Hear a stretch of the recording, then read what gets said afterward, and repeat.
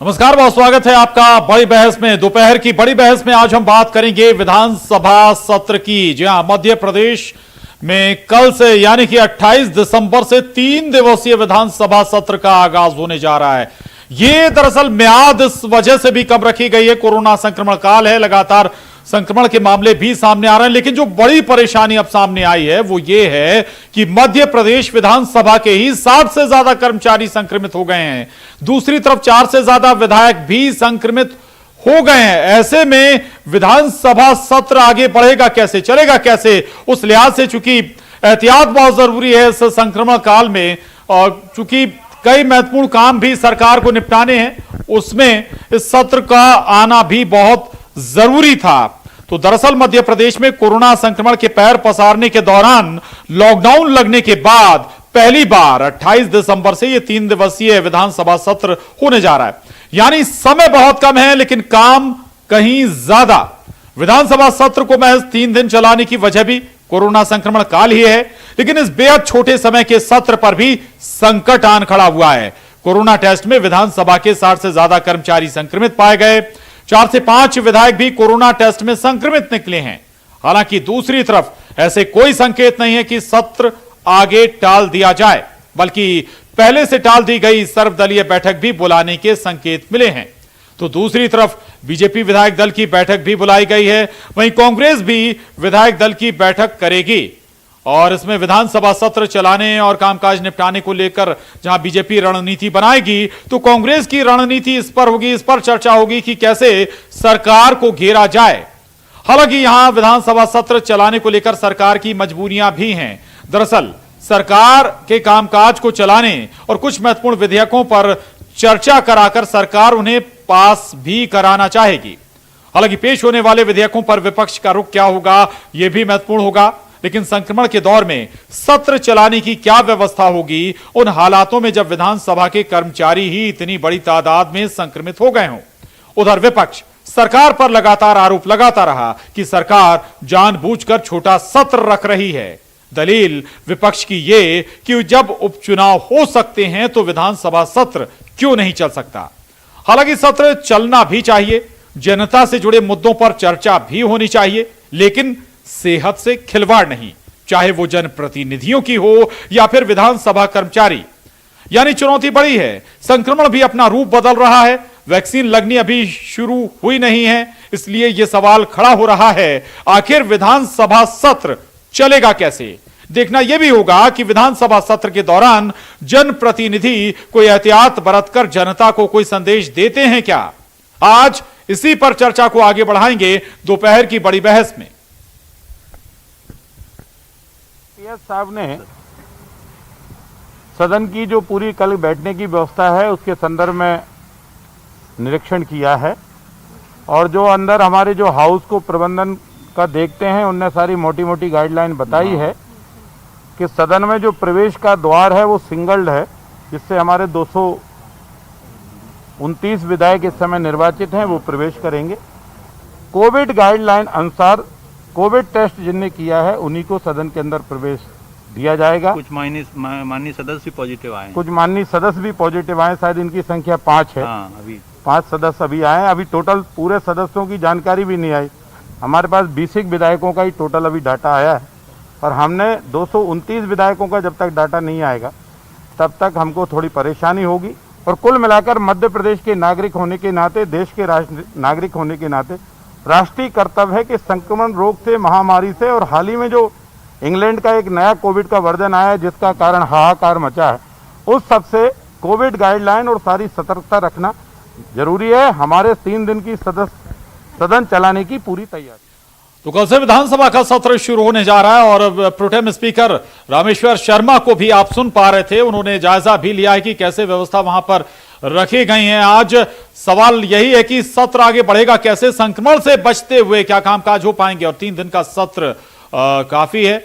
हमारे साथ 2 खास मेहमान चर्चा के लिए जुड़ रहे हैं। दुर्गेश शर्मा जी हैं प्रवक्ता कांग्रेस, और राकेश शर्मा जी हैं प्रवक्ता बीजेपी। साथ ही मेरे साथ न्यूज 18 संवाददाता भोपाल से अनुराग श्रीवास्तव भी जुड़ रहे हैं। दोनों खास मेहमानों का बहुत स्वागत है।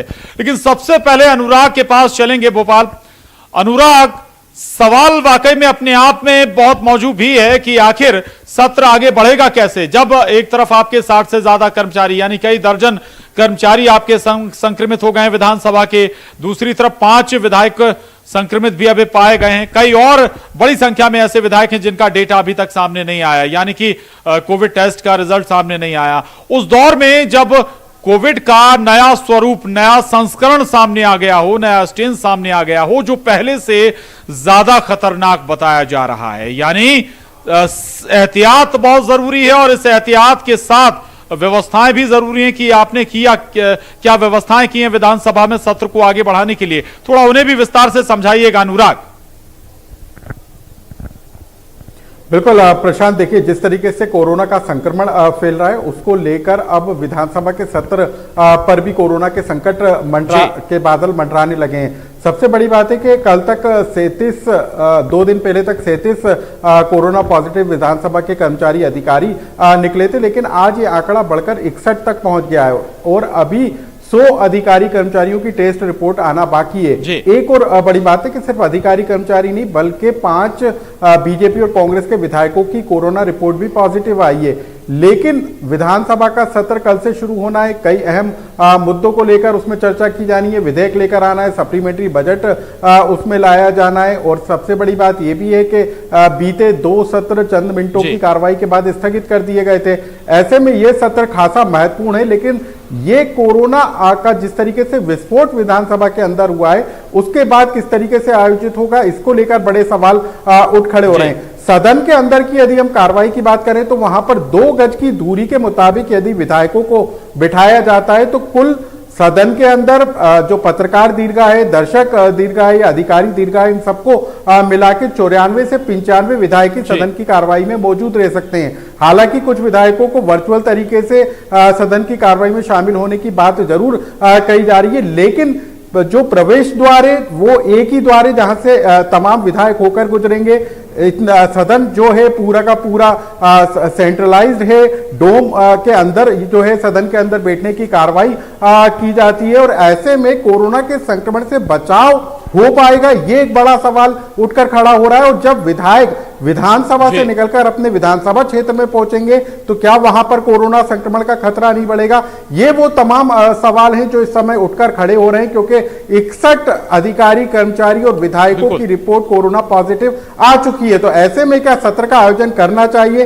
एक तरफ संसद के सत्र को टाल दिया गया है, कई राज्यों में विधानसभा के सत्र को टाल दिया गया है, नगरीय निकाय चुनाव जरूर टाल दिए गए। तो ऐसे में कई तरह के सवाल उठ जरूर खड़े हो रहे हैं। हालांकि प्रोटेम स्पीकर रामेश्वर शर्मा ने कहा है कि 3 दिन के सत्र चलाने को लेकर वो पूरी तरीके से तैयार हैं, लेकिन विधानसभा के अंदर उन्हीं विधायकों को प्रवेश की अनुमति होगी जिनके पास कोरोना नेगेटिव की रिपोर्ट होगी। तो कुल मिलाकर कल से सत्र शुरू होने वाला है और ऐसे में सत्र किस तरीके से आयोजित होगा और माननीयों के स्वास्थ्य को लेकर किस तरह के इंतजाम होंगे, ये तमाम चर्चा के विषय जरूर बने हुए हैं। प्रशांत, बिल्कुल महत्वपूर्ण चर्चा के विषय हैं ये बिंदु। और राकेश शर्मा जी, पहले मैं आपके पास आ रहा हूं, सवाल बहुत महत्वपूर्ण जो अनुराग ने उठाए हैं कि आखिर कई जगह के विधानसभा सत्र टाले गए, निकाय चुनाव आपने टाल दिए, लेकिन विधानसभा सत्र बुलाया जा रहा है। एक तो सवाल ये है, दूसरी महत्वपूर्ण बात यह कि अगर विधानसभा सत्र बुला भी रहे हैं तो एक संदेश, एक मैसेज जनता के बीच ऐसा जाना चाहिए जो कि जनप्रतिनिधि एहतियात बरतें, कोरोना प्रोटोकॉल को फॉलो करें। राकेश शर्मा जी।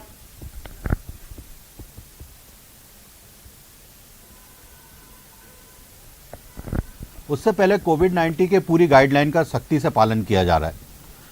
मैं तो धन्यवाद देना चाहूंगा न्यूज़ 18 पे कि इसमें जो आपने जो विजुअल सामने चल रहे हैं उसमें स्पष्ट रूप से दिखाया जा रहा है कि जो माननीयों की बैठने की व्यवस्था है उसमें स्टिकर लगा दिए गए हैं, नो सिटिंग। इस तरह से पूरी गाइडलाइन का पालन करते हुए जो 2 गज की दूरी है उसको बनाने का प्रयास किया गया है।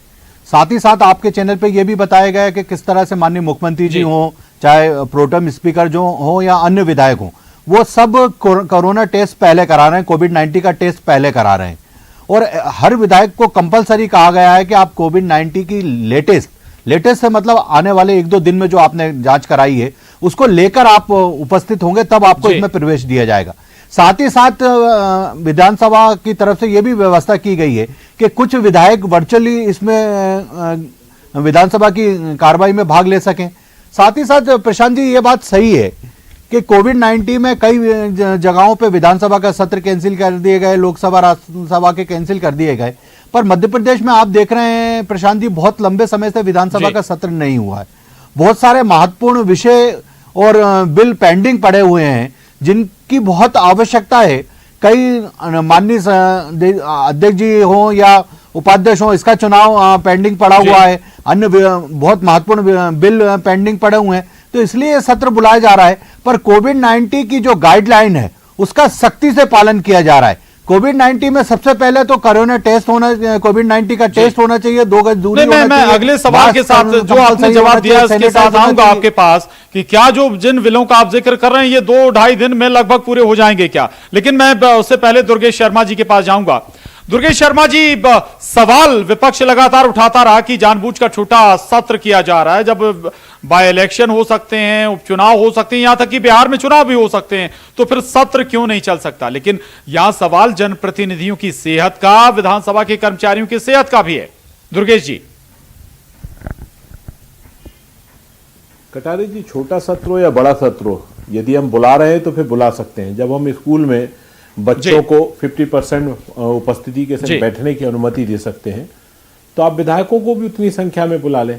वो जो बार बार एक बात आ रही है कि एक द्वार है, जो मैं कई बार सदन में जाने का मौका मिला कि कार्रवाई को देखने के लिए, और अध्यक्ष दीर्घा में जाके मैं बैठा तो मैंने ये देखा है कि केवल और केवल एक द्वार नहीं, अध्यक्ष महोदय का एक अपना अलग द्वार होता है, अधिकारियों के लिए जाने का एक अपना अलग द्वार होता है, कर्मचारी और दूसरे लोगों के लिए जाने का एक अलग द्वार होते हैं, और जो हम लोग जैसे कोई यदि वहां पर सदन की कार्रवाई देखने जाने जाते हैं तो उसके लिए अध्यक्षीय दीर्घा के एक अलग द्वार होता है। तो सदन के अंदर जाने के लिए कई रास्ते हैं और उन रास्तों से जाया जा सकता है। और फिर सवाल उठता है कि एक हो या 10 दरवाजे हों, यदि आप कोविड के नियमों का पालन करते हुए एहतियात के संग आदमी को अंदर बाहर कराएंगे तो किसी तरह की कोई समस्या आएगी ही नहीं। अब कह रहे हैं माननीय अध्यक्ष महोदय जी, प्रोटेन अध्यक्ष महोदय कि साहब हम तो सदन चला रहे हैं और सदन हम चलाएंगे, तो अच्छी बात है, पर जो माहौल या जिस तरीके का वातावरण दिखाई दे रहा है उससे कुछ शक और शुबा पैदा होता है कि क्या वाकई में सदन को चलाने का प्रयास रहेगा या सदन वाकई चलेगा। ये एक संशय का मामला है और ये संशय पैदा नहीं होना चाहिए, नहीं तो जो जनता की सवाल हैं, जो लगभग 900-950 सवाल कांग्रेस के नेताओं ने, विधायकों ने लगाए हुए जनता के हित के मामलों को लेते हुए, उनका जवाब कब आएगा। जी बिल्कुल, जिन जो संख्या आप सवालों की बता रहे हैं, अगर जितने दिन का सत्र चलना है, लगभग एक दिन का पहला दिन शायद श्रद्धांजलियों में चला जाए तो बहुत कम समय बचेगा, इतने सवाल शायद रेज हो ही ना पाए। लेकिन दुर्गेश शर्मा जी ने जो सवाल उठाया है, राकेश शर्मा जी, उसी सवाल को आगे बढ़ाते हुए कि अगर 3 दिन का सत्र चल सकता है, जी मैं आ रहा हूं राकेश शर्मा जी, जो 3 दिन का अगर सत्र चल सकता है तो आगे भी बढ़ाया जा सकता था, लेकिन सवाल फिर सेहत का ही है और सवाल यह भी है कि आखिर 2.5 दिन में, 2 दिन में आप कितना काम निपटा लेंगे अपने।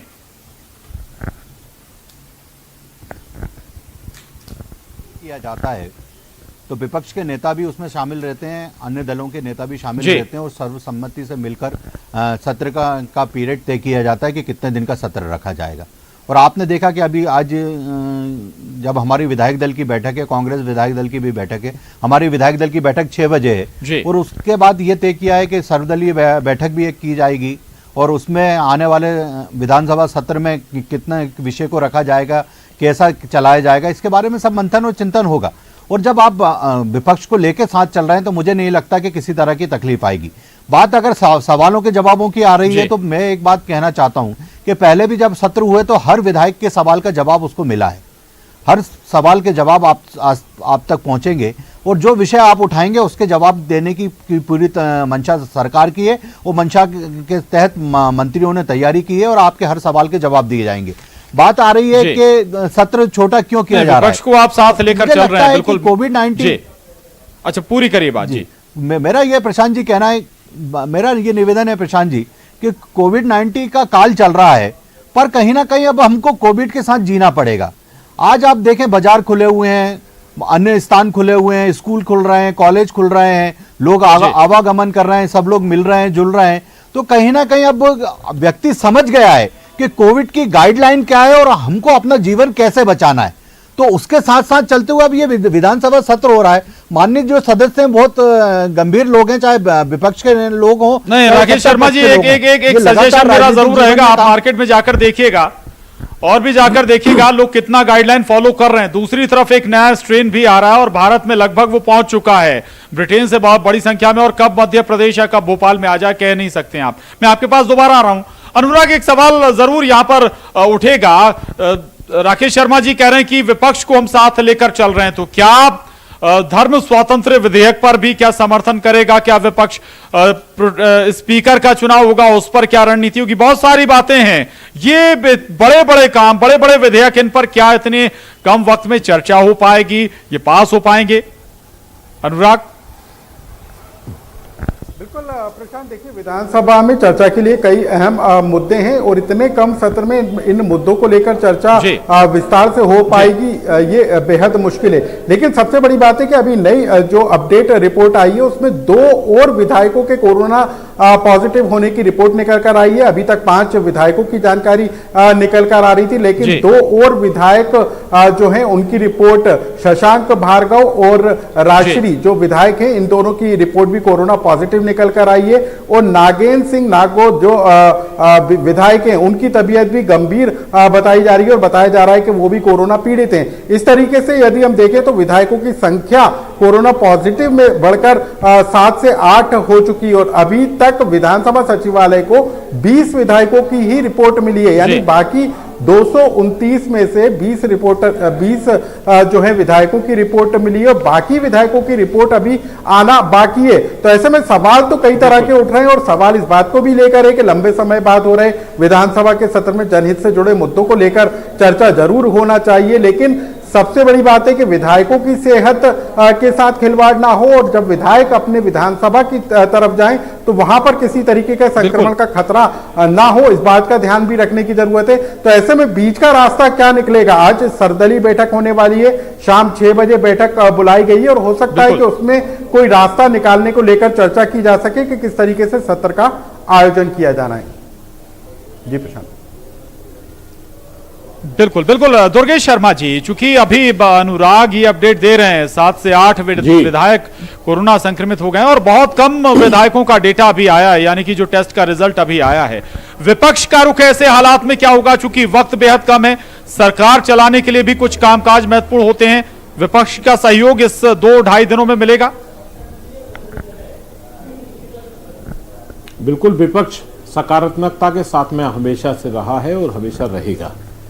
जो जनता के हित में मामले हैं या जनता के लिए जो चीज जरूरी है उसके लिए हर हाल में हम सरकार के साथ चलेंगे। और जो मध्य प्रदेश हो या देश में यदि इन्होंने जनता के विरुद्ध में कोई माहौल खराब कर रखा है या वातावरण पैदा कर रखा है या जिस तरीके के कार्य आज मध्य प्रदेश में जनता के खिलाफ हो रहे हैं उनके खिलाफ भी हम संघर्ष करेंगे और उसकी बात को बुलंद करेंगे, चाहे किसानों का मामला हो या कोई अन्य मामला हो। यदि कोविड से परेशानियां हैं और किसान आंदोलन कर रहा है, उसके ऊपर सरकार नहीं सुन रही है, केंद्र की सरकार यदि नहीं सुन रही है, तो हम सदन के माध्यम से प्रयास करेंगे कि मोदी सरकार को भी जगाया जाए और कांग्रेस वहां अपनी उपस्थिति दर्ज करा के बताएगी कि आपको हर हाल में देश की जनता की बात को सुनना है। आज यदि किसानों का आंदोलन दिल्ली में है और उस पर यदि मोदी सरकार नहीं ध्यान दे रही है तो यहां से मध्य प्रदेश की सरकार दबाव बनाए, क्योंकि उसमें किसान मध्य प्रदेश के भी हैं और मध्य प्रदेश के हो या पूरे देश के, वो हैं तो मेरे देश के किसान और मेरे अपने लोग हैं। तो उनके लिए हम यहाँ एकजुटता के साथ में सदन के अंदर अपनी लड़ाई को पूरी ताकत के संग रखेंगे। जी जी बिल्कुल राकेश शर्मा जी, मसला केवल धर्म स्वातंत्र्य विधेयक का ही नहीं है, मसला केवल स्पीकर के चुनाव का ही नहीं, मसला कुछ और विधेयक भी आप शायद पेश करने वाले होंगे। मसला तो यहां पर किसानों का भी उठने वाला है विधानसभा में। आपको लगता है क्या कि कुछ काम हो पाएगा इन 2 दिनों में किसानों के मसले पर? स्वाभाविक है कि विपक्ष आपको घेरेगा ही, भले ही मध्य प्रदेश में किसानों का आंदोलन नजर ना आया हो। देखिए प्रशांत जी, हम तो विपक्ष से निवेदन करेंगे कि सदन का सत्र चलने दे और वहां पे सब तरह की चर्चा के लिए सत्ता दल तैयार है। आपके जो प्रश्न है उनके जवाब देने के लिए सत्ता दल तैयार है। आप अगर प्रश्न कर रहे हैं तो उसके उत्तर सुनने की भी क्षमता रखें। साथ ही जब किसान की बात आती तो मध्य प्रदेश एकमात्र ऐसा प्रदेश है जिसने अभी आपने देखा कि 1600 करोड़ रुपए हमने किसान के खाते में सीधे डाले, उससे पहले हमने 100 करोड़ रुपए किसान के खाते में डाले थे।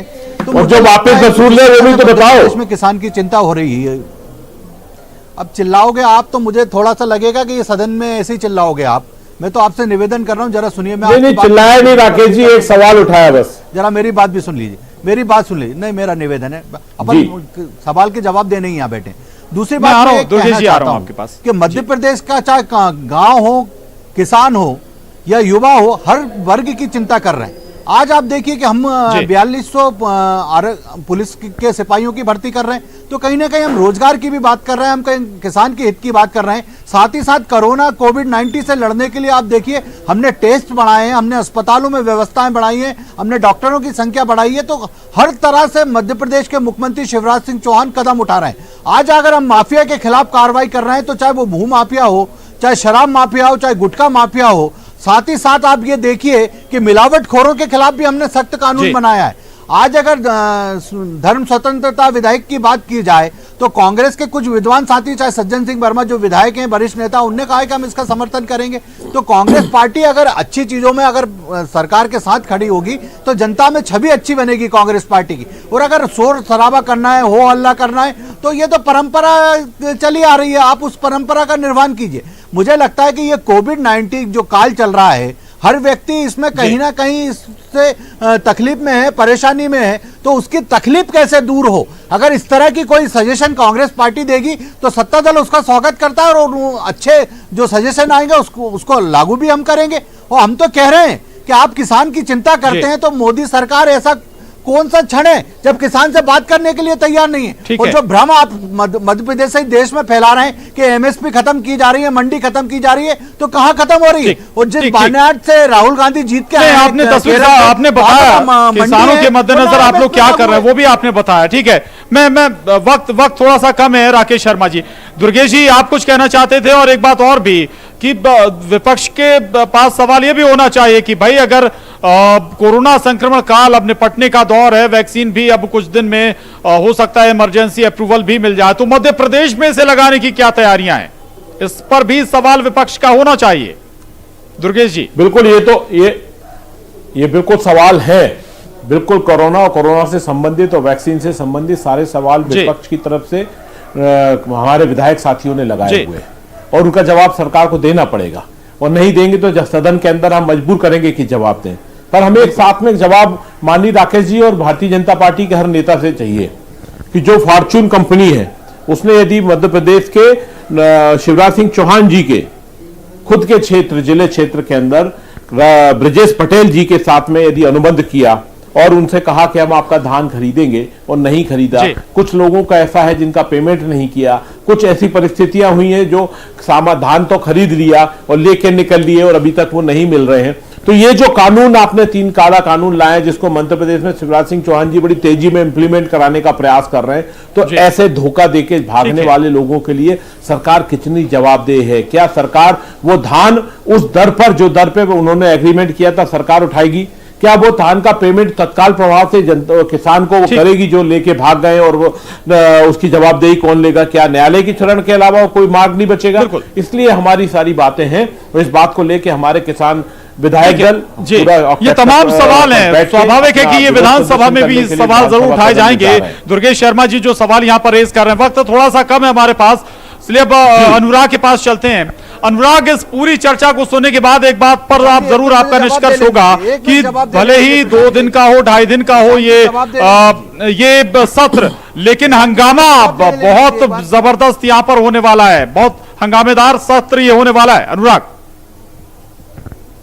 बिल्कुल प्रशांत, देखिए छोटे से सत्र में सत्ता पक्ष को घेरने के लिए विपक्ष के तर्कश में कई तीर हैं, कई मुद्दे हैं। किसान आंदोलन से जुड़ा हुआ मुद्दा है, धान खरीदी का जिस तरीके से मुद्दा है, वो तमाम मुद्दे तो हैं ही। उसके अलावा प्रदेश में कानून व्यवस्था और अन्य जो मुद्दे हैं उनको भी उठाने की तैयारी में जो है विपक्ष है। इसके अलावा जो गलत तरीके से प्लाज्मा चढ़ाया गया उसका भी एक बड़ा मुद्दा है। तो कई तरह के मुद्दे जरूर है सदन में, सत्ता पक्ष को घेरने के लिए, दूसरी तरफ सत्ता पक्ष ने भी तैयारी कर रखी है कि विपक्ष के सवालों का जवाब किस तरीके से देना है। दोनों ही सियासी दलों की आज रणनीति तैयार होना है विधानसभा सत्र को लेकर, लेकिन छोटे सत्र में जनहित से जुड़े हुए मुद्दे कहीं हंगामे में छूट ना जाएं, इसका भी ध्यान रखना होगा ताकि जनहित के मुद्दों पर फैसला होकर बिल्कुल, छोटे जो जनहित से जुड़े मुद्दे हैं वो कहीं हंगामे में पीछे ना छूट जाएं। अनुराग, रोकूंगा आपको और वक्त कम है। आखिरी टिप्पणी राकेश शर्मा जी से कुछ कहना चाहते हैं। राकेश जी। देखिए, मेरे विद्वान साथी दुर्गेश शर्मा जी जो सवाल कर रहे हैं और जिस किसान के मुद्दे को गंभीरता से उनने उठाया, उसका एक जवाब मैं देना चाहूंगा कि फॉर्च्यून कंपनी के खिलाफ प्रशासन ने स्थानीय स्तर पर कार्रवाई की है और जिन किसानों के साथ अनुबंध किया उनके पैसे नहीं दिए, उनके पैसे दिलवाए गए। क्या कार्रवाई करी उसकी जानकारी देना पसंद करेंगे तो उसको गिरफ्तार। राजेश जी, किसका पेमेंट करवा दिया? राजेश जी झूठ बोल रहे हैं आप। मुझे मालूम था नहीं राकेश जी, आप जो जानकारी दे रहे हैं गलत जानकारी दे रहे हैं। वो किसान परेशान है और ये कागज आपको उपलब्ध कराऊंगा। चिल्लाइए मत, कराइए, गंभीरता से सुनिए। आप कराइए, अरे मुझे कराइए। और सदन में विधायक सवाल कर रहे हैं, विधायकों को उपलब्ध करा देते तो आपके सामने सवाल नहीं आता। विधायकों के भी जवाब सरकार दे रही है। आप कराइए, झूठ मत बोलिए। सवालों के अरे मैं आज ही आपके पास आ रहा हूँ, बहुत चैनलों पे चलाए, ठीक है, मैं आ रहा हूँ आपके पास थोड़ी देर में। आप वक्त कम है हमारे पास, वक्त खत्म हो चुका है। शुक्रिया दुर्गेश जी, शुक्रिया राकेश शर्मा जी और